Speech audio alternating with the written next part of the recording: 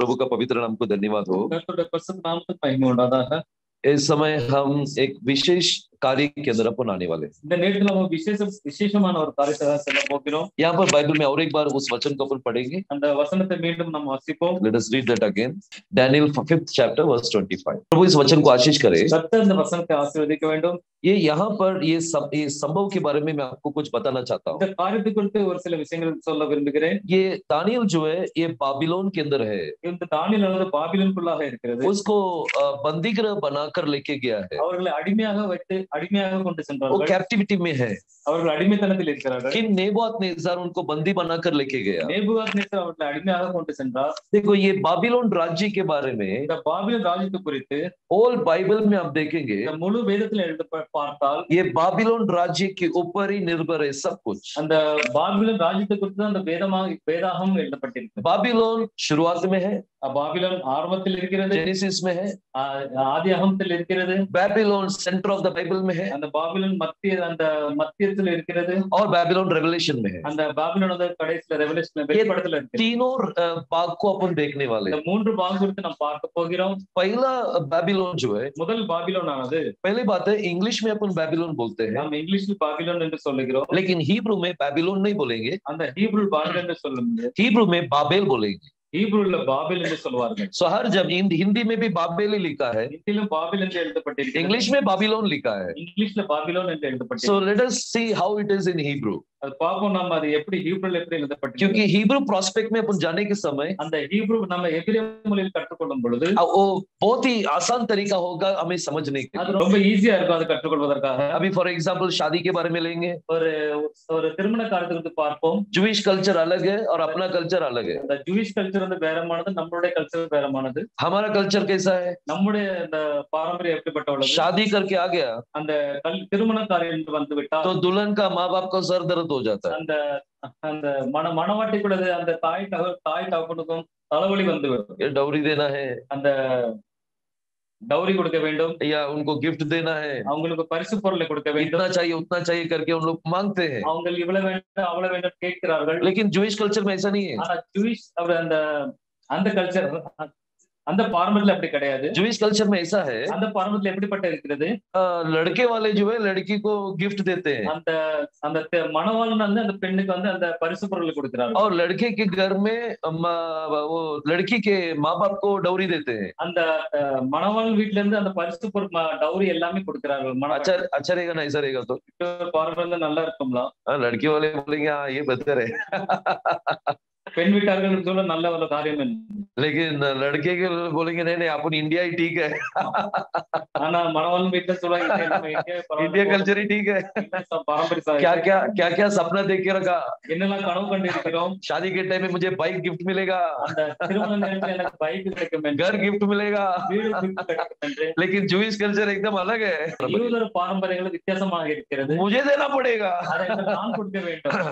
Okay वो सब बात की बात है। அதெல்லாம் ஒரு வேற காரியங்கள். सो बाइबल में जब जूइश कल्चर के हिसाब से अपन देखेंगे, வேதத்தில் யூதர்கள் அந்த பாரம்பரிய காரியத்தை பார்க்க வேண்டும் என்றால் हिब्राइक प्रोस्पेक्ट में अपन देखेंगे, அந்த ஹீப்ரு நம்ம பார்க்கும் பொழுது तो हमें बहुत कुछ बातें हमें समझ में आ जाएगा। அதுல अनेक காரியங்கள் நம்ம புரிந்து கொள்ள வேண்டும். सो आज अपन बाबेल के बारे में अपन स्टडी करने वाले हैं। இந்த பாபிலை குறித்து இன்று பார்க்க போகிறோம். ये बाबेल जो है that is very very important ये समय के अंदर। அந்த பாபிலை குறித்து அது எந்த நேரத்துல அது ரொம்ப முக்கியமான பாகமா இருக்கிறது. देखो शुरुआत में जो बाबेल है, பாருங்கள் ஆரம்பத்தில் இருக்க அந்த பாபிலானது, वो बाबेल को जिस तरह प्रभु ने खत्म किया, அந்த பாபிலை கர்த்தர் எவ்வளவு முடித்து விட்டார், वही मेथड जो है हर एक टाइम में प्रभु यूज करते हैं। அதே காரியம் கர்த்தர் தேவனை மீண்டும் மீண்டும் அதை பிரயோஜனப்படுத்திக் கொள்கிறார். Now Genesis 11th chapter में आप देखेंगे, நம்ம ஆதியாகமத்துல 11ஆம் அதிகாரம் பார்க்க போகிறோம். उसमें पहला वचन में फर्स्ट वर्स में आप देखेंगे तो அதில் முதல் வசனத்தில் பார்ப்போம். उसमें लिखा है அதுல எழுதப்பட்டிருக்கிறது, उस समय में एक ही लैंग्वेज था அந்த நேரத்தில் ஒரே ஒரு மொழி மட்டும் இருந்தது, और एक ही स्पीच था।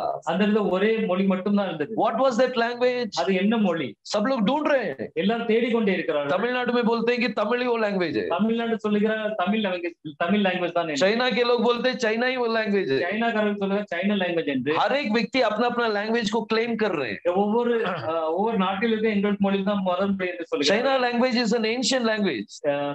சைனா மொழியானது பழமையான மொழி. वैसे तमिल लैंग्वेज भी एकदम एंशिएंट लैंग्वेज है தமிழ் மொழி அது பழமையான மொழி. और हिब्रू भी एक एंशिएंट लैंग्वेज है. அது ஹெப்ரேய மொழி பழமையான மொழி. सो हर एक एंशिएंट लैंग्वेज क्या करता है? ஒவ்வொரு பழமையான மொழி என்ன செய்கிறது? मैं ही था, நான் தான், मैं ही वो पहला लैंग्वेज था. நான் தான் முதல் மொழி என்று சொல்லுகிறது. वो कुछ भी हो नहीं दो, அது என்னதாக இருந்தாலும் பரவாயில்லை, आपने को उसके बारे में फिक्र नहीं है. நம்மளுக்கு அது குறித்து தேவையில்லை. बाइबल हिब्रू में लिखा गया है, வேதமானது ஹெப்ரேய மொழியில் எழுதப்பட்டிருக்கிறது. इसलिए हिब्रू प्रोस्पेक्ट पे अपन देखने वाले हैं. இதனால் ஹெப்ரேய மொழியின் மூலமாக நாம் கற்றுக்கொள்ள सो उस समय में एक ही लैंग्वेज था और एक ही स्पीच था. அந்த நேரத்தில் ஒரே மொழி தான் இருந்தது, ஒரே மொழி தான் பேசினார்கள். आज मराठी लेंगे, இந்த மராட்டி பாருங்கள், यहाँ पर बॉम्बे में अलग तरह का स्पीच होगा मराठी का. இங்க அந்த பாம்பேல அந்த மராட்டி மொழியில வேறு விதமாக பேசுவார்கள்.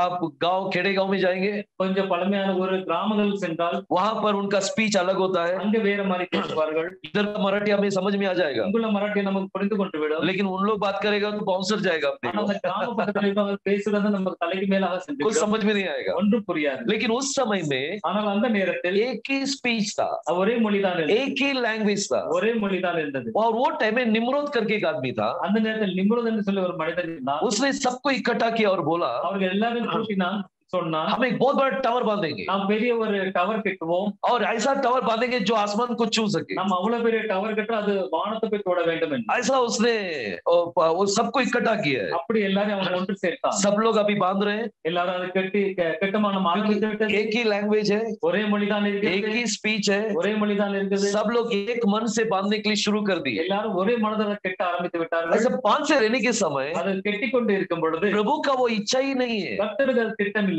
प्रभु का इच्छा ये नहीं कि उन लोग टावर बांधे. கர்த்தருடைய திட்டம் இது இல்லை, அது கெட்ட வேண்டும் என்று இஷ்டம் இல்லை. கர்த்தருக்கு இஷ்டம் இல்லை அந்த டவர் டவர் கெட்ட வேண்டும் என்று. आज लेकिन आज भी देखो, ஆனா இன்று பாருங்கள், आज पूरा गांव टावर बन रहे हैं. இந்த எல்லா ஊர்லயும் இந்த டவர் கட்டி கொண்டே இருக்கிறார். ये किसका दिमाग है? இது யாருடைய மூளை? ये सब निम्रोद का दिमाग है. இதெல்லாம் நிம்ரோதோட மூளை. निम्रोद का दिमाग जैसा था, நிம்ரோத் மூளை எப்படி இருந்தது, आज वही दिमाग आज काम कर रहे हैं. அது அதே மூளை இன்று வேலை செய்து கொண்டே இருக்கிறது. कोई भी सब जगह देखो टाउनशिप टाउनशिप, எல்லா இடத்திலும் பாருங்கள் டவுன்ஷிப் என்று सब சென்று கொண்டே ऐसा இருக்கிறது. देखना पड़ता है टावर को. நாம் எல்லாம் மேலே பார்க்க வேண்டியதா இருக்கிறது. इतना कितना फ्लोर है करके गिनना पड़ता है. எத்தனை மாடி இருக்கிறது நாம் பார்த்து கொண்டே இருக்கிறோம். 30 फ्लोर 40 फ्लोर तक जाते हैं. 30 மாடி 40 மாடி என்று போய் கொண்டே இருக்கிறது. ये किसका दिमाग है? இது யாருடைய மூளை? किसका कौन सा अनॉइंटिंग है वो? இது என்ன அபிஷேகம்? It's an anointing of Nimrod. இது வந்து ஒரு நிம்ரோதோட அபிஷேகம். वो सेम अनॉइंटिंग फिर से काम कर रहे हैं. அதே அபிஷேகம் என்று வேலை செய்து கொண்டே तो இருக்கிறது. प्रभु ने सोचा கர்த்தர் நினைத்தார், इन लोग ऐसे ही छोड़ेंगे तो इन लोग और बांधते जाएंगे. எப்படி விட்டோம்னா இதே கெட்டிக்கொண்டே வந்து விடுவார்கள். इसलिए प्रभु ने क्या किया मालूम है? கர்த்தர் என்ன செய்தார்? उसमें 9th वर्स अपन पढ़ेंगे. அதுல 9வது வசனத்தை நாம் வாசிப்போம். Genesis 11 chapter verse 9. ஆதியாகமம் 11ஆம் அதிகாரம் 9வது வசனத்தை வாசிப்போம். So Bible says कि प्रभु ने उनका भाषा को क्या कर दिए? கர்த்தர் என்ன செய்தார்? அவர்கள் மொழிகளை என்ன செய்தார்? पूरा कंफ्यूज कर दिए. எல்லாம் அவர் குழப்பத்துக்குள் கொண்டு வந்து விட்டார். समझो अभी अपन हिंदी में बात कर रहे हैं, நாம் இப்பொழுது ஹிந்தியில் பேசிக் கொண்டே இருக்கிறோம். अचानक में अगर दूसरा लैंग्वेज आ जाता है திடீர்னு ஒரு வேற மொழி வந்து விட்டால் तो आपको समझ में नहीं आएगा. உங்களுக்கு அது புரியாது. अगर मैं अचानक में चाइनीज भाषा में बात करने के लिए शुरू करूंगा திடீர்னு சைனீஸ் மொழியில் பேச ஆரம்பித்து விட்டால் तो आप बोलेंगे ये क्या हो रहा है यहाँ पर? இங்க என்ன நடக்குதுன்னு யோசிப்பீர்கள். तो प्रभु वहां पर सब जन बांधते रहने के समय அது அந்த அந்த கட்டுமானம் செய்து கொண்டு இருக்கிற பொழுது वहां पर सब कंफ्यूजन हो गया है. ஒரு குழப்பம் வந்து விட்டது. वहां पर लैंग्वेज का कंफ्यूजन. அந்த பாஷைக்குள்ள அந்த குழப்பம் வந்து விட்டது. एक व्यक्ति जो बात कर रहे हो दूसरा व्यक्ति को समझ में नहीं आ रहा है. ஒரு மனிதன் பேசுகிறது இன்னொரு மனிதன் புரியவில்லை. It's an unknown language for them. இது வேற ஒரு மொழி அங்க வந்து விட்டது. वहां पर वो बाबेल टावर को रुकाने के लिए, அந்த பாபிலோன் டவரை அந்த கட்டுமானத்தை நிற்பதற்காக, वो प्लान को रुकाने के लिए அந்த திட்டத்தை நிறுத்துவதற்காக एक लैंग्वेज कंफ्यूजन आया. அங்க ஒரு மொழி அந்த குழப்பம் வந்தது. वो लैंग्वेज कंफ्यूजन की वजह से बाबिलोन का टावर रुक गया है. அந்த मொழி அந்த பிரச்சனைனால அந்த கட்டுமானம் நின்று விட்டது. तो बिगिनिंग में जो हुआ है அது ஆரம்பத்தில் என்ன நடந்ததோ वही हर समय होगा. அது எப்பொழுதும் நடந்து கொண்டே இருக்கும். So beginning में एक बाबेल टावर रुकना है या बाबेल गिरना है तो அந்த ஆதியிலே அந்த கட்டுமானம் விட வேண்டும் என்றால், वो प्लानिंग को उन लोग छोड़ना है तो அந்த திட்டத்தை அவர்கள் விட வேண்டும் என்றால், तो वहां पर कंफ्यूजन आया था. அங்கே ஒரு குழப்பம் வந்தது. ये बात कर रहे तो उसको समझ में नहीं आ रहा है. ஒருத்தர் பேசுறது இன்னொருக்கு புரியவில்லை. एक मराठी में बात कर रहे, एक पंजाबी में बात कर रहे, ஒருத்தர் மராட்டியில் பேசிக் கொண்டிருக்கிறார், பஞ்சாபி மொழியில் एक इंग्लिश में बात कर रहे, ஆங்கிலத்தில் பேசிக் एक கொண்டிருக்கிறார், तमिल में बात कर रहे, தமிழில் பேசிக் कुछ கொண்டிருக்கிறார். समझ में नहीं आ रहा है. ஒன்றும் புரியவில்லை. सब लोग अपना अपना लैंग्वेज के हिसाब से सब स्प्रेड आउट हो गए. எல்லாரும் அவங்கவுங்க பாஷை எல்லாரும் தனித்தனியா பிரிந்து விட்டார்கள். सब स्प्रेड हो गए, ஒவ்வொன்றும் தனித்தனியா பிரிந்து तो விட்டார்கள். उनका प्लान वहां पर ही रुक गया था। அந்த திட்டமானது அங்கே முடிந்து விட்டது. लेकिन शैतान रुकेगा क्या? ஆனால் பிசாசான் நிப்பானா? वो बार बार वो टावर बांधने के लिए कोशिश करता है, மீண்டும் மீண்டும் அந்த கட்டுமானத்தை அவன் ஆரம்பிக்க முயற்சி கொண்டே बार बार वो बाबेल उठकर आने के लिए कोशिश करता है। மீண்டும் மீண்டும் அந்த பாபிலோனை எதிர்ப்பதற்காக முயற்சி செய்து கொண்டிருந்தான். बाबिलोन राज्य अच्छी तरह से चल रहा था उसका, அந்த பாபிலோன் ராஜ்யமானது நல்ல விதமா நடந்து கொண்டே இருக்கிறது. अभी उसका बाबिलोन का राज्य समाप्त होने का समय आया। பாபிலோன் ராஜ்யம் முடிவடையும் நேரம், ऐसा समाप्त होने के समय முடிவடையும் நேரம் once again क्या होना चाहिए? மீண்டும் அங்கே என்ன நடக்க வேண்டும்? लैंग्वेज कंफ्यूजन आना चाहिए। மொழி குழப்பமானது வர வேண்டும். बाबेल टावर रुकाने के लिए लैंग्वेज कंफ्यूजन आया था। பாபில் கட்டுமானம் நிற்பதற்காக அந்த மொழி குழப்பம் வந்தது. ऐसे ही नेबूकदनेस्सर में उनका राज्य समाप्त होने के समय அதேபோல் நேபுகாத்நேச்சார் அந்த ராஜ்யம் முடிவதற்காக ஒரு குழப்பம் வர வேண்டும். उधर भी एक कंफ्यूजन आना चाहिए, ஒரு குழப்பம் வர வேண்டும். और आया है। அங்க வந்தது एक बेल्सासार करके राजा, ஒரு பெல்சாசார் என்ற ஒரு ராஜா இருந்தார். नेबूकदनेस्सर का बेटा, அவர் நேபுகாத்நேச்சார் மகன். वो वहां पर शराब का नशे में है। அவர் குடி போதையில் இருந்தார். सब राज्य के मंत्री लोग समझे शराब के नशे में। எல்லா மந்திரிமார்களும் அந்த குடி போதையில் இருந்தார்கள். उस समय में एक हाथ उतर कर आया, அந்த நேரத்தில் கை இறங்கி வந்தது. और दीवार में ऐसा लिखा है, அந்த சுவற்றில் இப்படி எழுதி விட்டது, मैंने मैंने तेकेल उपारसिन। மேனே மேனே தெக்கில் உபாசின் என்று எழுந்தது. हाथ उतर कर लिखने के समय, அந்த கை இறங்கி எழுதும் பொழுது, मैंने मैंने तेकेल उपासिन करके लिखने के समय மேனே மேனே தெக்கில் உபாசின் என்று எழுதும் பொழுது वो कितना कांप रहा था। वो எப்படி எப்படி நடுங்கி கொண்டே இருந்தார். उसको समझ में नहीं आ रहा था क्या करूं। அவனுக்கு புரியவில்லை என்ன செய்ய வேண்டும் என்று. उसने सब ज्ञानी को बुलाया, அவன் என்ன எல்லா ஞானிகளும் கூப்பிட்டான், सब मंत्रियों को बुलाया, எல்லா மந்திரிகளையும் கூப்பிட்டான், सब मैजिशियंस को बुलाया, எல்லா மந்திரவாதிகளையும் கூப்பிட்டான், सबको बुलाकर उसने कहा, எல்லாரையும் கூப்பிட்டான். சொன்னான், ये क्या लिखा हुआ है, இங்க என்ன எழுதப்பட்டிருக்கிறது, इसका मीनिंग क्या है? இதற்கு அர்த்தம் என்ன? वो एक अननोन लैंग्वेज है, அது ஒரு வேறொரு மொழியாக किसी இருக்கிறது. को समझ में नहीं आया। யாருக்கும் புரியவில்லை. उस राज्य के अंदर विद्वान लोग थे, அந்த ராஜ்யத்தில் பெரிய பெரிய வித்வான்கள் இருந்தார்கள். लेकिन कोई भी उसे फाइंड आउट नहीं कर पाए। ஆனால் யாரும் அதை கண்டுபிடிக்க முடியவில்லை. वो एक अननोन लैंग्वेज के अंदर है। அது ஒரு புது மொழியாக இருந்தது. There was a confusion there। அங்க ஒரு குழப்பம் இருந்தது. बाबेल के अंदर और एक बार confusion आ गया, அந்த பாபிலோனுக்குள்ள மீண்டும் ஒரு குழப்பம் வந்தது. और एक डर आ चुका था, அங்க ஒரு பயம் வந்து விட்டது. ये क्या होगा। அங்க என்ன நடக்கும்? एक हाथ उतर कर लिखा है, கை இறங்கி வந்து எழுதியிருக்கிறது. ये क्या क्या इसका मीनिंग क्या होगा। அர்த்தம் என்ன இருக்கும்? लेकिन प्रभु ने वहां पर एक आदमी को रखा है, கர்த்தர் அங்க ஒரு மனிதனை வைத்திருந்தார். his name is Daniel। அவர் பேரு டேனியல். उसको एक स्पेशल अनॉइंटिंग था। அவருக்கு ஒரு அபிஷேகம் இருந்தது. वो वहां पर आते ही அவர் வந்த உடனே उसने ये नहीं बोला, அவர் இதை சொல்லவில்லை, मैं सोच के बताता हूँ क्या होगा। நான் யோசித்து சொல்லுகிறேன்னு சொல்லவில்லை. उसने बहुत सारा बुकलेट्स को उसने रेफर नहीं किया, அநேக புத்தகங்கள் படிக்கவில்லை. उसने सिर्फ देखा அவன் அதை மட்டும் பார்த்தான். और उसका मीनिंग बताने के लिए चालू அவன் किया। அதுக்குள்ள அர்த்தத்தை சொல்ல What ஆரம்பித்தான். is mene? அதுக்குள்ள மேனேக்கு என்ற அர்த்தம் என்ன? What is the meaning of tekel? என்ன அர்த்தம் அதுக்கு? தெக்கேலுக்கு என்ன அர்த்தம்? What is the meaning of uparsin? என்ன அர்த்தம் அந்த உபாசனுக்கு? ये सारे बातें उसने immediately बताया। அது எல்லா மொழியிலும் அவன் உடனே சொன்னான். That was a special anointing। அங்க ஒரு ஒரு ஒரு ஸ்பெஷல் அனாயிண்டிங்கா இருந்தது. आज ये स्पेशल anointing अभी मैं बताऊंगा क्या है। அந்த அபிஷேகம் என்னன்னு நான் சொல்ல விரும்புகிறேன். So ये डैनियल के ऊपर एक स्पेशल anointing था। தானியேல் மேல ஒரு அபிஷேகம் இருந்தது. So your life is being numbered and your kingdom is gone now।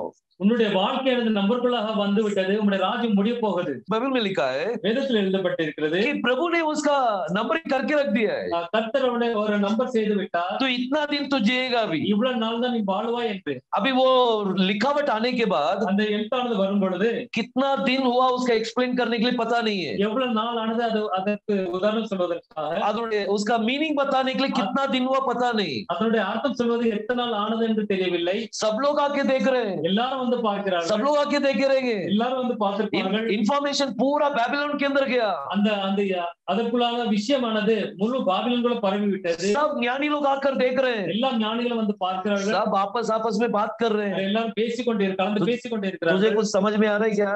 புரிகிறதா? सब पूछ रहे हैं, ஒருத்தர் பார்த்து கேட்டுக்கொள்கிறார்கள். किसको भी समझ में नहीं आया। ஆனால் யாருக்கும் புரியவில்லை. Everyone was wondering, எல்லாரும் பார்த்து கொண்டே இருக்கிறார்கள். ये लैंग्वेज क्या है, இது என்ன மொழி ஒளி என்று. लेकिन दानियल आते ही ஆனால் தானியேல் வந்தவுடனே उसने सीधा बताया அவர் உடனே சொல்லிவிட்டார், कि तुम्हारा लाइफ को प्रभु ने नंबर कर दिया है வாழ்க்கை எண்ணி விட்டார், और तुम्हारा लाइफ समाप्त में आ गया இந்த है। வாழ்க்கை முடிய போகுது. The word has a meaning, அந்த வார்த்தையானது ஒரு அர்த்தமாக இருக்கிறது, एक ही मीनिंग है, ஒரே ஒரு அர்த்தம். लेकिन उसने वो मीनिंग को एक सेंटेंस में बना दिया। ஆனால் அந்த வார்த்தை ஒரு வாக்கியமாக மாத்தி விட்டார். एक ही वर्ड था, ஒரே வார்த்தை இருந்தது, मैंने का मीनिंग है नंबर, அந்த மெய்னேக்குள்ள அர்த்தமானது நம்பர். लेकिन उसने उसका एक सेंटेंस बना दिया ஆனா அது ஒரு வாக்கியமாக மாத்தி விட்டார். कि तुम्हारा लाइफ को प्रभु ने गिनती में रख दिया है, உங்களுடைய வாழ்க்கையை அவர் எண்ணி விட்டார், अभी तुम्हारा लाइफ समाप्त में आ गया है। வாழ்க்கை முடிய போகிறது. सो ये व्हाट इज ये कैसा हो सकता है? இது எப்படி நடக்கும்? इसमें कुछ कुछ तो कार्य है, இதுல ஏதோ ஒரு காரியம் அடங்கி இருக்கிறது. ये एक मीनिंग इंटरप्रिटेशन अकेला नहीं है, இது அர்த்தம் சொல்வது மட்டுமல்ல, ये एक टाइप का डीकोडिंग है। இது ஒரு டீகோடிங் இருக்கிறது. डीकोडिंग में हमेशा ऐसे होता है, டீகோடிங் எப்பொழுதும் இப்படிதான் இருக்கும். एक वर्ड लेंगे, ஒரு வார்த்தை எடுத்துக்கொண்டால் वो वर्ड को स्प्लिट करेंगे, அந்த வார்த்தையை பிரித்து விட்டால், से फॉर एग्जांपल உதாரணமாக ग्रेस करके है। கிரேஸ் என்ற பெயர் இருக்கிறது. नाउ ग्रेस का मीनिंग क्या है? அந்த கிரேஸ்க்குள்ள அர்த்தம் என்ன? ग्रेस का मीनिंग क्या है? கிரேஸ்க்கு அர்த்தம் என்ன? अनडिजर्व्ड ब्लेसिंग हमें मिला है, ஒரு ஆசீர்வாதம் தான். हम उसके लिए काबिल नहीं है, நாம் அதற்கு தகுதி அல்ல, लेकिन फिर भी प्रभु ने वो आशीष हमें दिया है, இருந்தாலும் கர்த்தர் நம்மளை ஆசீர்வதிக்கிறார். वही ग्रेस है। அதுதான் ஒரு கிருபை. This is the meaning of grace throughout the world। அந்த கிருபையானது உலகம் முழுவதும் சென்று விட்டது. ये कृपा का जो मीनिंग है, அந்த கிருபையின் அர்த்தமானது जो अपन अभी बताए थे, நாம் இப்ப சொன்னோம், ओ that is जो काबिल नहीं है फिर भी वो आशीष मिला है, நம்ம அதுக்கு தகுதி இல்லை, இருந்தாலும் அந்த ஆசீர்வாதம் நமக்கு கிடைத்து விட்டது. ये मीनिंग जो है இந்த அர்த்தமானது throughout the world same meaning है, இது எல்லா உலகத்துக்கும் ஒரே அர்த்தம் தான். इसमें कोई बदलावट नहीं है। இதுல எந்த ஒரு மாற்றமும் கிடையாது. सब जगह even go to America and ask what is America जाके पूछो ग्रेस क्या है, அமெரிக்கா போய் சென்றாலும் கிரேஸ் என்று அதற்கு அர்த்தம் என்ன என்று கேட்டால், काबिलियत नहीं फिर भी आशीष मिला है। தகுதி இல்லை, இருந்தாலும் கர்த்தர் ஆசீர்வதிக்கிறார். हर जगह में जापान में जाके पूछो நீங்க ஜப்பானில் போய் சென்று கேட்டாலும் ग्रेस का मतलब क्या है, அந்த கிருபைக்கு அர்த்தம் என்ன? वो लोग भी बोलेंगे जो बिना काबिलियत से भी हमें आशीष मिल सकता தகுதி है। இல்லாமல் அந்த ஆசீர்வாதம் நமக்கு கிடைத்து விட்டது. ये throughout the world same meaning है, இது எல்லா உலகத்திலும் இப்படிதான் இருக்கிறது. लेकिन when you जब आप डिकोडिंग के अंदर जाएंगे ஆனால் டீகோடிங் செல்லும் பொழுது ये मीनिंग पूरा बदल जाएगा। அந்த அர்த்தமானது மாறிவிடும். ग्रेस को हिब्रू में बोलते हैं खेन। அந்த கிருபைக்கு வந்து ஹீப்ரு மொழியில் என்னன்னு சொல்வாங்க. अपन तो ना हिब्रू है, अपन यहूदी है क्या? நம்ம யூதர்கள் அல்ல, अपना प्रोनाउंसिएशन इधर उधर हो सकता है। நம்முடைய மொழிபெயர்ப்பு அங்கேயும் ओके, अभी मैं प्रोनाउंस करके दिखाता हूँ। இப்பொழுது நான் சொல்லுகிறேன். उसे खेन करके बोलते हैं, ख தொண்டை வரும் அந்த हाँ वो इधर से गले से आएगा, தொண்டைக்குள்ளாக அந்த வலி வரும். उसे खेन करके बोलते हैं। அது ஹென்னு சொல்வார்கள். हाँ केन केन बोलो केन, नहीं तो मुर्गी करके बोलना पड़ेगा। ठीक है, ये खेन में दो अक्षर होता है, இதுல இரண்டு எழுத்துக்கள் இருக்கிறது. एक जो है खेत இது ஒரு கேத், और दूसरा नून। இரண்டாவது நூன். नून बोले तो सीड, நூன் என்ற அர்த்தம், நூனுக்கு அர்த்தமானது அது விதை. हम सब जन प्रभु का बीज है, நாம் எல்லாம் தேவனுடைய வித்தாக we all are seed, अपन सब जन बीज है। நாம் தேவனுடைய வித்தாக இருக்கிறோம். और खेत का मीनिंग होता है கேட்குள்ள அர்த்தமானது फेंसिंग। ஃபென்சிங், வேலி. सो ये बीज के चारों ओर फेंसिंग लगाया है, அந்த வித்துக்கு நாலு இடத்துல அதுக்கு வேலி அடிச்சிருக்காங்க. यही होता है ग्रेस। அதுதான் கிருபை. ग्रेस का मतलब क्या है? கிருபைக்கு அர்த்தம் என்ன? You are fenced, நீங்கள் ஒரு வேலிக்குள் இருக்கிறீர்கள். आपको प्रभु ने एक क्या बोलते फेंसिंग के अंदर ढक दिए। உங்களை வேலி எடுத்து காத்து கொண்டார். सो आपको अगर छूना है तो உங்களை தொட வேண்டும் என்றால் वो फेंसिंग को पार करके आना है, அந்த வேலியை தாண்டி வர வேண்டும். और हमारे लिए वो फेंसिंग कौन है? அந்த வேலியை நமக்காக யாராக? It is Yehoshua, யெகோஷுவா. he is the fencing for us। அவர்தான் நமக்கு வேலியாக இருக்கிறார். अगर आपकी चारों ओर फेंसिंग है, நான்கு இடத்திலும் அந்த வேலி இருந்தால் बीमारी आपको छूने से पहले वो फेंसिंग को तोड़ना पड़ेगा। வியாதி உங்களை தொடுவதற்கு முன்னதாக அந்த வேலியை உடைக்க வேண்டும். शैतान ने बहुत कोशिश किया था, ரொம்ப முயற்சி செய்து கொண்டு आयुब को बार बार जाके देख रहा था, யோபு மீண்டும் மீண்டும் கொண்டு பார்த்தான். उसको कैसे भी तकलीफ देने के लिए उसने कोशिश किया, அவனை கஷ்டத்தை கொடுக்க அவர் ரொம்ப முயற்சி செய்தான். लेकिन नहीं हुआ। ஆனால் நடக்கவில்லை. तो फिर ऐसे ही चल फिर के सीधा उधर प्रभु के चरणों में गया। அந்த அவன் நடந்து தெரிந்து அந்த தேவனிடத்தில் சென்று விட்டான். वहां पर प्रभु ने पूछा, அங்க தேவன் கேட்டார் शैतान से, பிசாசிடம், तू कहां से आ रहा है? எங்கிருந்து வருகிறாய்? उसने कहा मैं ऊपर नीचे पूरी दुनिया में पूरा चढ़ उतर कर मैं आ रहा हूँ। நான் மேலே கீழே அழிந்து தின்று வருகிறேன் என்று ऐसा बोलने पर प्रभु ने पूछा, அப்படி சொல்லும் பொழுது கர்த்தர் கேட்டார், मेरा दास अय्यूब के ऊपर तुम्हारा ख्याल गया है? என்னுடைய தாசன் யோபை பார்த்தாயா? तो शैतान ने बोला वो ऐसे आपको आराधना कर रहा है क्या? பிசாசன் சொன்னான் அவன் இப்படியே ஆராதிக்கிறான். उसके चारों ओर आपने फेंसिंग डाला है. அவனுடைய 4 பாகம் வேலி அடைத்து வைத்திருக்கிறான். ये फेंसिंग अय्यूब को नहीं दिखाई दिया. அந்த வேலியானது யோபுக்கு தெரியவில்லை. लेकिन शैतान को दिखाई दिया. ஆனால் அந்த பிசாசனுக்கு தெரிந்தது. उसने बोला आप जरा फेंसिंग को हटाओ मैं दिखाता हूँ. அந்த வேலி எடுத்து விட நான் பார்க்கிறேன் அந்த யோபுவை. देखो फेंसिंग हमारे चारों ओर है. அந்த வேலியானது நமது 4 பக்கம் இருக்கிறது. अगर फेंसिंग आपके चारों ओर है तो அந்த வேலியானது நமக்கு 4 பக்கமாக இருந்தால் that is grace. அதுதான் கிருபை. वो आपका ग्रेस है. அதுதான் கிருபை. हाँ अनवर्दी ब्लेसिंग हम पाया है. அந்த ஆசீர்வாதம் பெற்றுக் கொண்டிருக்கிறோம். हम उसके लिए काबिल नहीं है. அதற்கு தகுதியற்றவர்கள். हम उससे पा लिया है. ஆனால் அதை பெற்றுக்கொண்டோம். लेकिन उससे बढ़कर के एक बात है. ஆனால் அதை விட பெரிய காரியம் ஒன்று. प्रभु आपके चारों ओर फेंसिंग डाल दिया है. கர்த்தர் 4 பாகம் அந்த வேலி எடுத்து காத்துக் கொண்டிருக்கிறார். ये एक वर्ड है. அது ஒரு வார்த்தையானது. वो वर्ड का मीनिंग क्या है? ग्रेस. அந்த வார்த்தைக்கு அர்த்தமானது கிருபை. लेकिन मैंने अभी सेंटेंस बना दिया. நான் அது ஒரு வாக்கியமாக மாற்றி விட்டேன். हेन करके जो वर्ड है हेन என்ற வார்த்தையானது उसका मीनिंग होता है ग्रेस. அதற்கு அர்த்தமானது கிருபை. लेकिन मैंने अभी कौन सा सेंटेंस बनाया? நான் அது ஒரு என்ன வாக்கியமாக மாற்றினேன்? बीज जो है उसको फेंस लगाया गया है. அந்த விதைக்கு ஒரு 4 பக்கம் வேலி போட்டு கொண்டிருக்கிறது. एक सेंटेंस बना दिया. அது ஒரு வாக்கியமாக மாற்றி The விட்டேன். seed is been fenced. அந்த வித்தானது ஒரு 4 பக்கம் வேலி போட்டு காத்து கொண்டிருக்கிறது. मैंने एक सेंटेंस बना दिया. நான் ஒரு வாக்கியமாக மாற்றி விட்டேன். This is how Daniel ने ऐसे ही दानियल ने किया है. இப்படிதான் தானியேல் செய்தார். दानियल ने डिकोडिंग किया. தானியேல் டிகோடிங் செய்தார். मैंने का मीनिंग क्या है? मैंने का அர்த்தம் என்னது? नंबर्ड. அது ஒரு நம்பர். गिनती किया है. அது ஒரு நம்பர். नंबरिंग हो चुका है. नंबरिंग आगिविட்டது. एक ही वर्ड का एक ही मीनिंग है. அது ஒரு வார்த்தைக்கு ஒரு அர்த்தம். लेकिन उसने तो सेंटेंस बना दिया. அதை ஒரு வாக்கியமாக மாற்றி விட்டார். तेकेल का मतलब होता है தெக்கேல் அர்த்தமானது तराजू में रख के तुझे वे करना. அந்த திராசுல வைத்து உங்களை निरुत्त பார்ப்பது. सो दानियल ने एक सेंटेंस बना दिया. தானியேல் ஒரு சென்டென்ஸ் வாக்கியமாக மாற்றி விட்டார். आपको तुम्हें प्रभु ने वे किया है திராசுல உங்களை இட்டு பார்த்தால் और तुम्हारे अंदर कमी पाया गया है.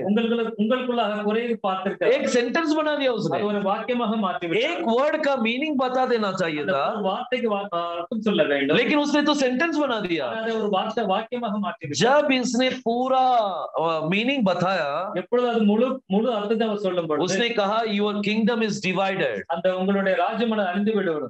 तुम्हारा राज्य जो है 2 भाग हो चुका है. அந்த ராஜ்யமானது 2 பாகமாக பிரித்து விடும். वो मेदियो पर्सिया के हाथ में दिया जाएगा. மேதிய பெர்சியா கையில் ஒப்படைக்கப்படும். जब वो मेने तेकस का मीनिंग आ चुका था मेने तेकल அதுக்குள்ள அர்த்தம் வந்தது. immediately that kingdom was finished. அந்த அரசாட்சியானது முடிந்து விட்டது. बाबेल का राज्य वहां पर समाप्त हो चुका था. பாபிலோன் அரசாட்சியானது முடிந்து விட்டது. आज ऐसे ही होगा. இன்றும் அப்படிதான் நடக்கும். देखो पहला बाबेल जो था அந்த முதல் பாபேல் ஆனது वो फिनिश होने के लिए क्या आना चाहिए था? அது முடிவதற்காக என்ன நடந்தது? Unknown language. அது வேற ஒரு மொழிகள் வந்தது.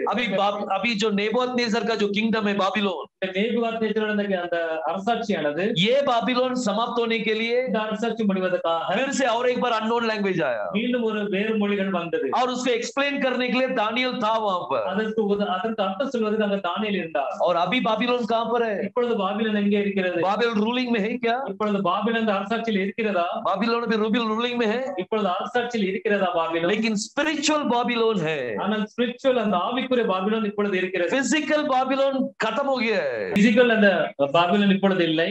लेकिन अभी स्पिरिचुअल बाबिलोन आ गया. ஆனா அந்த ஆவிக்குரிய பாபிலோன் இப்பொழுது இருக்கிறது. ये अभी वो अपन बाद में देखेंगे. அதை குறித்து நாம் பிறகு பார்ப்போம். लेकिन उस बाबिलोन के बारे में प्रभु ने रेवलेशन में लिखा है. அந்த பாபிலோன் குறித்து வெளிப்படுத்தல் கர்த்தர் எழுதியிருக்கிறார். वो बड़ा बाबिल जो है गिर चुका है. பெரிய பாபிலோன் விழுந்து விட்டது. सो बाबिलोन अभी एंडिंग में आना चाहिए. இப்பொழுது பாபில் முடிவுக்கு வர வேண்டும். अभी बाबिल का राज्य चालू है. இப்பொழுது பாபிலோன் அந்த ராஜ்யம் நடந்து கொண்டிருக்கிறது. वो स्पिरिचुअल वर्ल्ड के अंदर है. அந்த ஆவிக்குரிய உலகத்தில் இருந்து கொண்டிருக்கிறது. फिजिकली आप देखेंगे. அது பிசிக்கலி நாம் பார்க்கும் பொழுது आप बोलेंगे किधर है बाबिलोन? பாபிலோன் எங்கே இருக்கிறது? वो अपना वो क्या बोले उसको हिटलर. அந்த ஹிட்லர் ஆனவர் वो तो चले गया. அவர் சென்று விட்டார். लेकिन अभी किधर बाबिलोन है? இப்போ எங்க பாபிலோன் இருக்கு? लेकिन now अभी स्पिरिचुअल बाबिलोन चालू है. இப்பொழுது ஆவிக்குரிய பாபிலோன் நடந்து கொண்டிருக்கு. ये बाबिलोन खत्म होना है तो இந்த பாபிலோன் முடிவடைய வேண்டும் என்றால் और एक बार अननोन लैंग्वेज आना चाहिए. மீண்டும் வேறொரு மொழி வர வேண்டும். और वो आ चुका है. அந்த மொழி வந்து விட்டது. समझ में नहीं आ रहे लोगों को. ஆனால் ஜனங்களுக்கு புரிய மாட்டேங்குது. so लोग सोच रहे हैं कि ये कौन सा भाषा लेके आ रहे हैं. ஜனங்கள் நினைத்துக் கொண்டிருக்கிறார்கள் என்ன மொழி கொண்டு வருகிறார்கள். हिब्रू भाषा फिर से आ गया है. எபிரேய மொழி மீண்டும் வந்து விட்டது. Every everybody wants to learn now. எல்லாரும் கற்றுக்கொண்டே இருக்கிறார்கள். वो एक unknown language है उनके लिए. அது ஒரு வேற ஒரு மொழியாக இருக்கிறது. पूरा दुनिया के अंदर முழு உலகத்திலும் अभी लोग हिब्रू सीखने के लिए उन लोग प्रयास कर रहे हैं. எபிரேய மொழி கற்றுக்கொள்ள விரும்புகிறார்கள். वो क्या है? அது என்னது? उनके लिए unknown language है. அவங்களுக்கு அது வேறுபாடுள்ள ஒரு மொழி. देखो बाइबल में एक बहुत ही अहम बात लिखा है. வேதத்துல ஒரு முக்கியமான காரியம் எழுதப்பட்டிருக்கிறது. कोलोसियन सेकंड चैप्टर, கொலோசியர் 2ஆம் அதிகாரம், उसका 14th वर्स अपन पढ़ेंगे. 14 वचनத்தை வாசிப்போம்.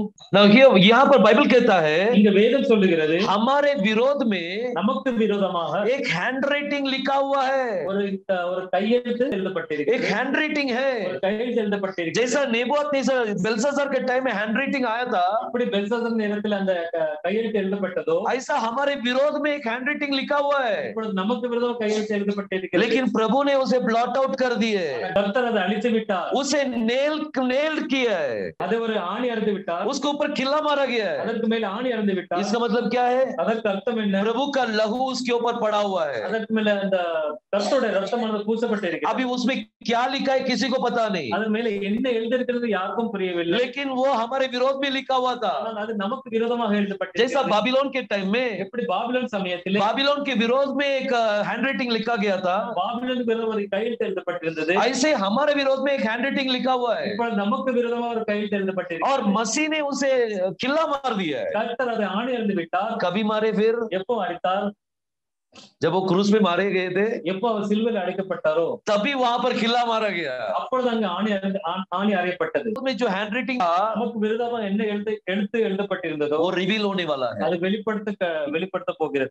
ये कभी भी हो सकता है. எப்பொழுதும் நடக்கும். उसके लिए एक अभिषेक चाहिए. அதற்கு ஒரு அபிஷேகம் தேவை. जैसा दानियल के अंदर अभिषेक था, அப்படி தானியேலுக்குள்ள ஒரு அபிஷேகம் இருந்தது. सेम अनॉइंटिंग अभी आना चाहिए, அதே அபிஷேகம் மீண்டும் வர வேண்டும். ताकि वो हैंड राइटिंग को रीड कर सके அந்த எழுத்தை நாம் வாசிக்க வேண்டும். और उसे उसका मीनिंग बता सके. அதற்குள்ள அர்த்தம் சொல்ல வேண்டும். मैंने तेकेल उपासिन लिखा हुआ रहना सिरणी के समय, தெக்கல் உபாசனை அந்த எழுத்து எழுதப்பட்டிருக்க நேரம் उसे कोई भी रीड नहीं कर पाए, அது யாரும் படிக்கவில்லை. क्योंकि वो लैंग्वेज ही पता नहीं है. ஏன்னா அந்த மொழி யாருக்குமே தெரியாது. सेम वे அதே போல अभी कुछ लिखा हुआ है, ஏதாவது எழுதப்பட்டிருக்கிறது, वो किसी को पता नहीं है. அது யாருக்கும் புரியவில்லை. लेकिन जब वो ब्लड वहां से निकल जाएगा, அந்த இரத்தமானது அங்கிருந்து நீக்கப்படும் போது, that is the time, அந்த நேரத்தில் प्रभु वहां पर एक अभिषेक व्यक्ति को होगा. அங்க ஒரு கர்த்தர் ஒரு மனிதன் அபிஷேகம் செய்வார். जो दानियल के अंदर जो अनॉइंटिंग था, தானியேலுக்குள்ள என்ன அபிஷேகம் இருந்தது, वो अनॉइंटिंग वो इसमें एक्शन के अंदर आएगा. அந்த அபிஷேகமானது அந்த நடைமுறைக்கு வரும். और वो हैंड राइटिंग को रीड करेगा, அந்த எழுத்தானது வாசிக்கப்படும். और उसका डिकोडिंग होगा.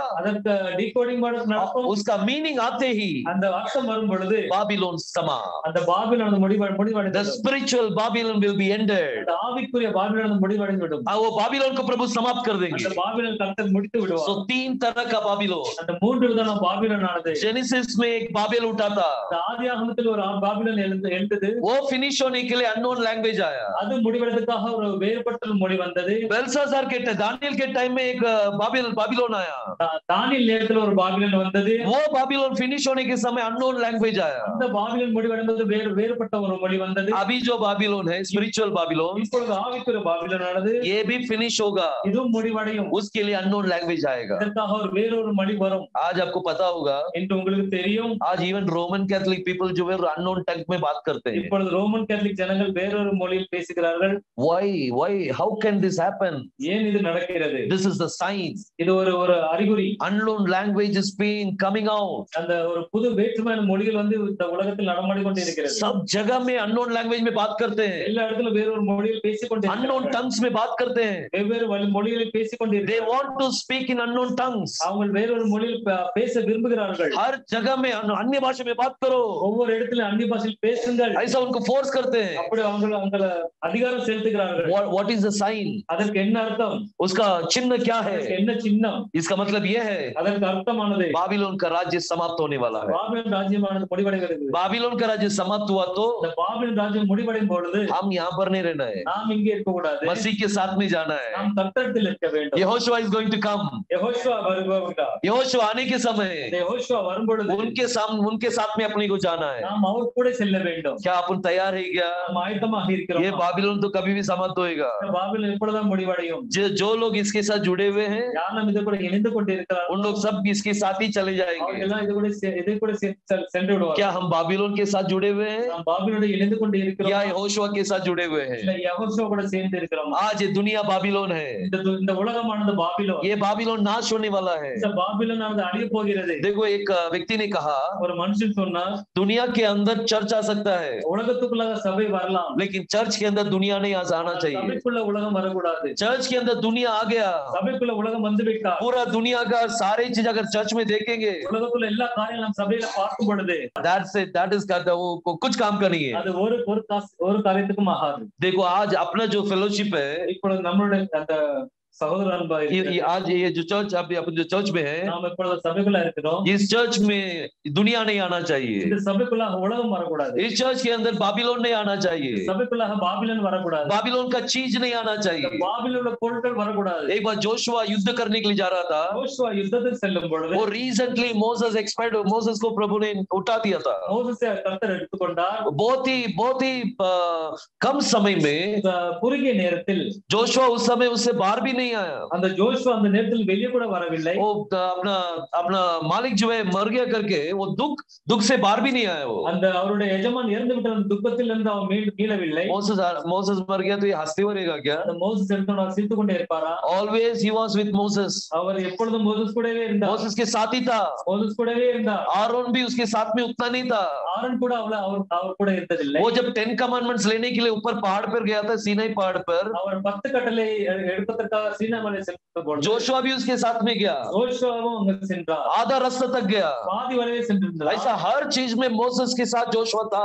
அது ஒவ்வொரு காரியத்திலும் மோசேஸ் கூட ஜோஷுவா இருந்தார். जब मोसेस मर गया, மோசேஸ் இறந்த பொழுது तो जोशुआ कैसा हुआ होगा सोच के देखो. ஜோஷுவா என்ன அவருடைய வாழ்க்கையில் என்ன उसका कंडीशन कैसा हुआ रहेगा. அவருடைய அந்த நேரத்தில் அவர் எப்படி இருந்திருப்பார். लेकिन प्रभु ने जोशुआ से कहा, ஆனால் கர்த்தர் ஜோஷுவா கிட்ட சொன்னார், मेरा दास मोसेस मर गया है, என்னுடைய தாசன் மோசேஸ் மரித்து விட்டார், लेकिन उसने तोरा दिया है. ஆனா அவர் தோரா கொடுத்திருக்கிறார். वो तोरा को मेडिटेट करना, அந்த தோரா மெடிடேட் பண்ணு, वो व्यवस्था को मेडिटेट करना, அந்த தோராவை மெடிடேட் பண்ணு, और तुम्हारा काम में तुम सफल हो जाओगे. உங்களுடைய காரியத்தில் நீ அந்த परिपूर्ण अடைந்து விடுவாய். सो ये तोरा स्टडी करने के लिए चालू किया है. तोरा படிக்க ஆரம்பித்து விட்டார். पहला युद्ध के अंदर गया, முதல் யுத்தத்தில் சென்றார். उसमें प्रभु ने कहा, तेरा हाथ में मैंने दे दिया, கர்த்தர் சொன்னார், உன்னுடைய கரத்தில் நான் கொடுத்து விட்டேன், तू जीतेगा. நீ வெற்றி பெறுவாய். लेकिन युद्ध के अंदर 32 लोग मर गए. ஆனால் யுத்தத்தில் 32 பேர் மரித்து விட்டார்கள். ये इमीडिएटली उसने वॉर को स्टॉप किया. ஆனால் உடனே அவர் அந்த சண்டை அவர் முடித்து விட்டார். और प्रभु से प्रार्थना किया, அவர் கர்த்தரிடத்தில் அவர் பேசினார், प्रभु आपने कहा मैं जीतूंगा, கர்த்தரே நீ சொன்னே நான் ஜெயிப்பேன் என்று. लेकिन मेरे लोग 32 लोग मर गए. ஆனா என்னுடைய 32 ஜனங்கள் மரித்து விட்டார். क्या प्रॉब्लम है? என்ன பிரச்சனை? तो प्रभु ने जोशुआ से कहा, கர்த்தர் சொன்னார் ஜோசுவாவிடம், श्राप आ चुका है, சாபம் வந்து விட்டது, तुम्हारा तंबू के अंदर श्राप आ गया है. உன்னுடைய கூடாரத்தில் சாபம் வந்து விட்டது. तो इसने जब ढूंढ कर निकाला, அவன் தேடி பார்க்கும் பொழுது वहां पर आखान करके एक व्यक्ति था. ஒரு ஆகான் சொல்லி ஒரு व्यक्ति, उसने क्या किया था मालूम है? என்ன செய்தார்? बाबिलोनी वस्त्र, அந்த பாபிலோனுக்குள்ள அந்த வஸ்திரமானது, सोना चांदी, அந்த தங்க பொருள்கள், ये सब अपने तंबू के अंदर छुपा के रखा था. அவருடைய கூடாரத்தில் அதை வைத்திருந்தார். बाबिलोन का चीज कलीसिया के अंदर आने के समय அந்த பாபிலோனுடைய பொருள் அந்த சபைக்குள்ளாக வரும் பொழுது वो एक श्राप बन जाता है. சாபமாக மாறிவிடும். आज ये दुनिया का चीज अब मंडली के अंदर नहीं आना चाहिए. உலகத்தின் காரியங்கள் சபைக்குள்ளாக வரக்கூடாது. We have to be pure.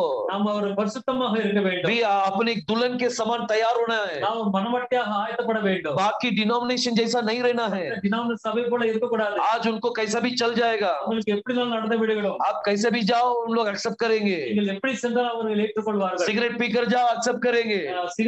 Cigarette பிடித்து சென்று கொள்ளுங்க, அவர் ஏற்றுக்கொள்வார்கள். दारू पी के जाओ एक्सेप्ट करेंगे. குடித்துக் கொண்டே செல்லுங்கள், ஏற்றுக்கொள்வார்கள். क्योंकि उन लोग भी पीकर ही संदेश देते हैं. ஏன்னா அவங்க குடித்து விட்டு தான் போதிக்கிறார்கள். उनके लिए सब कुछ ओके है, அவங்களுக்கு எல்லாமே நடக்கும். लेकिन प्रभु के मंडली के अंदर ஆனால் நம்முடைய சபை, தேவனுடைய சபைக்குள்ள वहां पर वो दुनिया एक्सेप्टेड नहीं है। அந்த உலகமானது ஏற்றுக்கொள்ள முடியாது. आज हम कैसे ही सोच के देखो, நாம் எப்படி இருக்கிறோம் யோசித்து பாருங்க. बाबिलोन का राज्य समाप्त होने वाला है, பாபிலோன் அந்த ராஜ்யமானது முடிவடைகிறது. लेकिन बाबिलोन का चीज अपना मंडली के अंदर होगा, பாபிலோன்ல காரியங்கள் அந்த பொருட்கள் வந்து சபைக்குள்ளாக வந்து तो उसके साथ में अपन भी खत्म हो जाएंगे। அதற்குள்ள நம்மளும் முடிந்து விடுவோம். So we have to be very careful. நம்ம ரொம்ப ஜாக்கிரதையாக இருக்க வேண்டும். हमारा लाइफ को अपन चेक करना है, நம்முடைய வாழ்க்கையை நாம் சோதித்து பார்க்க हम வேண்டும். प्रभु से बोलना है, நாம் கர்த்தருக்கு சொல்ல வேண்டும், प्रभु मेरा अंदर दुनिया नहीं आना चाहिए, கடவுளே என்னுடைய எனக்குள்ளாக உலகம் வரக்கூடாது. ये चर्च को जोड़िए, இந்த சபையை விட்டு விடுங்கள். ना अपन अपने आप को बोलना है, நாம் நம்மளே சோதிப்போம், प्रभु मेरा अंदर दुनिया दिखाई नहीं देना चाहिए, கர்த்தரே எனக்குள்ளாக உலகம் வரக்கூடாது, मेरा अंदर का दुनिया को निकाल दीजिए, எனக்குள்ளாக இருக்கிற அந்த உலகத்தின் காரியங்களை எடுத்து போடுங்க, मेरे अंदर सिर्फ आपका किंगडम होना चाहिए,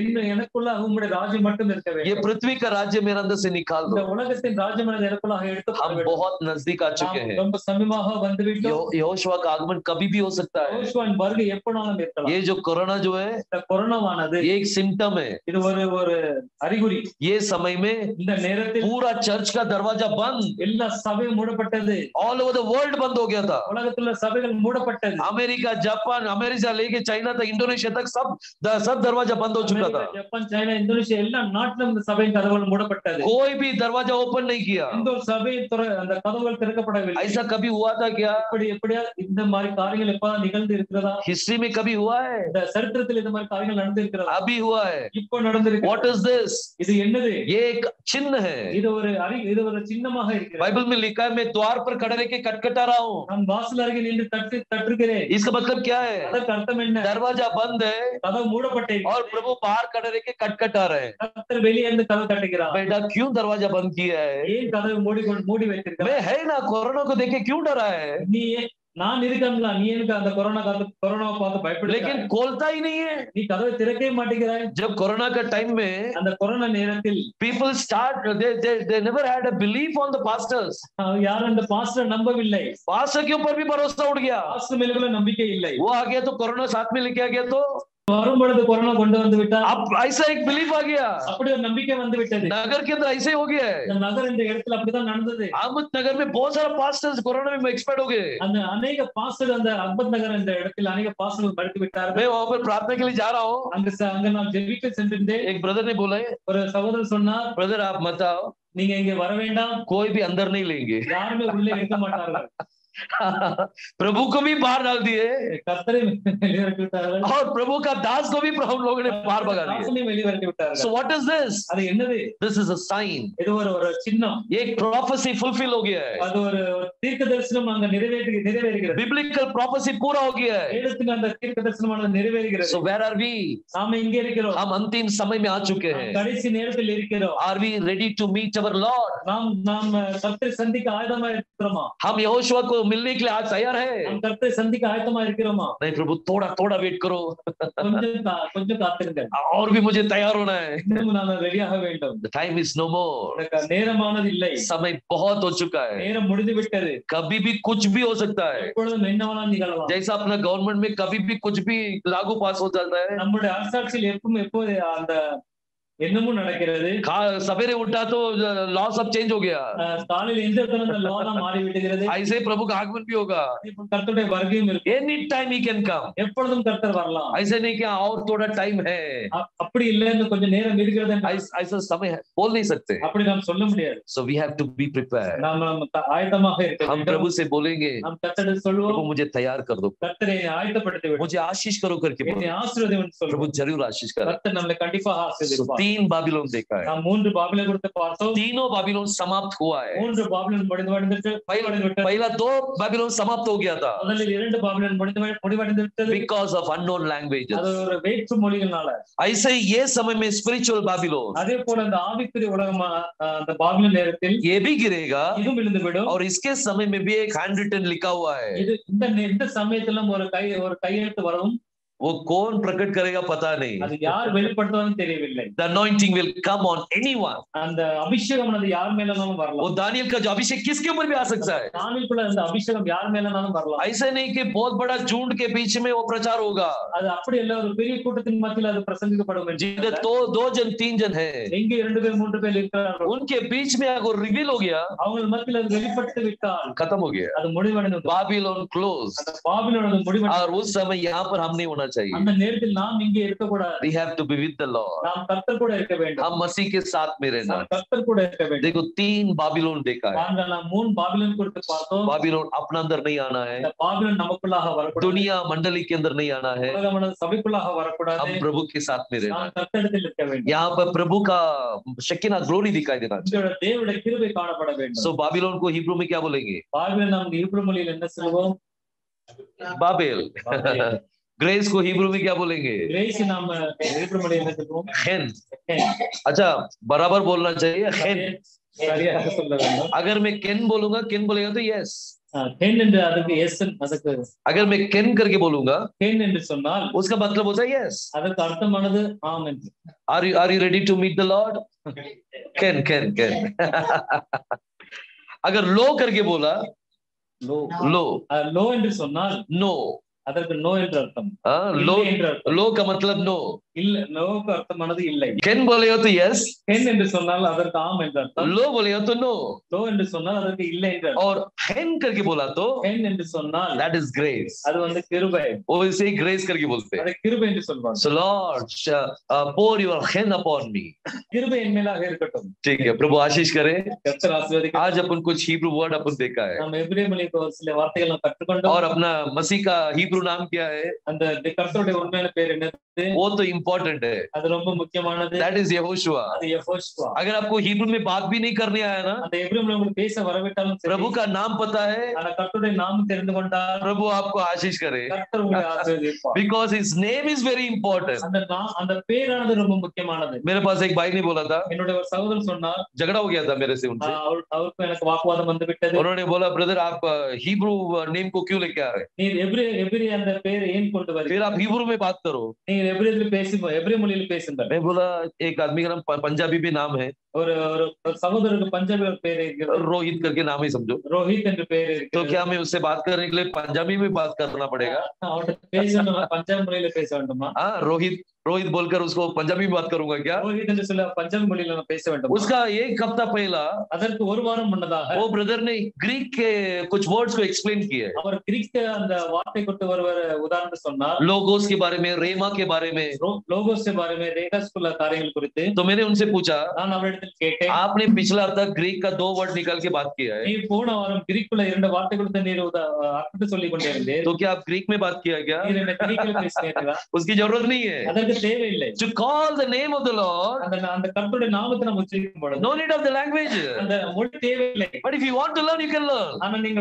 தேவை என்றால் கற்றுக்கொள்ளணும். लेकिन वो प्रभु का नाम को पुकारने के लिए, கர்த்தருடைய நாமத்தை நாம் சொல்லும் பொழுது, यहोशुआ करके पुकारने के लिए யெகோஷுவா என்று சொல்லும் பொழுது हिब्रू सीखने के लिए जरूरत नहीं है. எபிரேய மொழி கற்றுக்கொள்ளணும் அவசியம் இல்லை. बस प्रभु का नाम काफी है. கர்த்தருடைய நாமம் போதும். कुछ लोग अनपढ़ है, ஒரு சில பேர்கள் அந்த படிக்கறிவு இல்லாத क्या उन लोग हिब्रू नहीं सीखेंगे तो स्वर्ग में नहीं जाएंगे क्या? ஹீப்ரு கற்றுக்கொள்ளவர்கள் பரலோகம் செல்ல மாட்டார்களா? उनको प्रभु का नाम काफी है. அவங்களுக்கு கர்த்தருடைய நாமம் போதும். वो नाम उनको लेके जाएगा. அந்த நாமம் அவர்கள் கொண்டு செல்லும். आज वो नाम को अपन जय जयकार करेंगे. நாம் அந்த நாமத்தை ஜெய் प्रभु ने ऐसा नाम अपने को प्रकट करके दिया है ना, கர்த்தர் அப்படியே நாமத்தை நம்ம வெளிப்படுத்தி இருக்கிறார். I love it. मैं उसे बहुत प्रेम करता हूँ, நான் அதை ரொம்ப நேசிக்கிறேன். बहुत प्रेम करता हूँ मैं நான் प्रभु ரொம்ப को. நேசிக்கிறேன். यहोशुआ का नाम को मैं खाता हूँ. யெகோவா அந்த பேரை நான் உண்ணுகிறேன். वो चाप रहे அதை சாப்பிடுறேன். नॉर्मल वो मैं खा रहा हूँ. मैं அந்த பேரை நான் சாப்பிடுகிறேன். वो एक लिटरली खाने का जैसा होगा. அதை சாப்பிட மாதிரி இருக்கிறது. प्रभु जरूर हमें आशीष करे. கர்த்தர் கண்டிப்பாக आज अपन 3 बाबिलोन देखा है. அந்த 3 பாபிலோன் குறித்து பார்த்தோம். बाबिलोन अपना अंदर नहीं रहना है. அந்த பாபிலோன் நமக்குள்ளாக இருக்க கூடாது. बाबिलोन का चीज अपने अंदर नहीं रहना है. பாபிலோனுக்குள்ள காரியங்கள் நமக்குள்ளாக இருக்க கூடாது. बाबिलोनी वस्त्र हमारे बीच में नहीं होना है. பாபிலோனுக்குள்ள அந்த வஸ்திரம் நமக்குள்ளாக இருக்க கூடாது. बाबिलोनी वस्त्र बोले तो பாபிலோன் வஸ்திரம் என்ற வஸ்திரம் என்றால் என்ன? दुनिया का वस्त्र.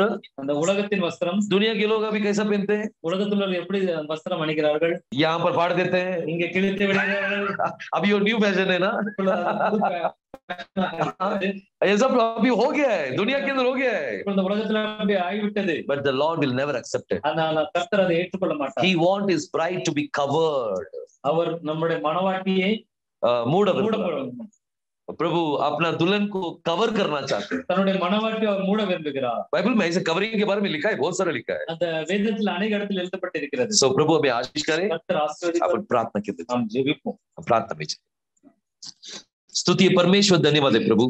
ஸ்தோத்திரிக்கிறோம் தேவனே, आकाश और पृथ्वी का निर्माण करता हमारा एलोहिम, வானத்தையும் பூமி உண்டு பண்ணின எலோஹிம் தேவனே, प्रभु जो कुछ वचन हम लोग ने अभी पढ़ा है, நாம் என்ன வசனத்தை நாங்கள் பார்த்தோமோ படிச்சோமோ वो सब वचन के द्वारा आपने प्रकट करके दिया அந்த प्रभु। வசனத்தை நிமித்தம் நீ வெளிப்படுத்தினீர், इसके लिए हम आपको धन्यवाद देते हैं। அதற்காக நாங்கள் நன்றி செலுத்துகிறோம்। हर एक को ब्लेस कर दीजिए प्रभु, ஒவ்வொருவரையும் நீர் ஆசீர்வதியும், हर एक को आपके हाथों में सौंपते हैं। ஒவ்வொரு நம்முடைய கரத்துல ஒப்படைக்கிறோம்। आप चलाइए, நீர் நடத்தும், आप ही सब कुछ है, நீரே எல்லாமே இருக்கிறீர்। आपके बिना हम कुछ नहीं प्रभु।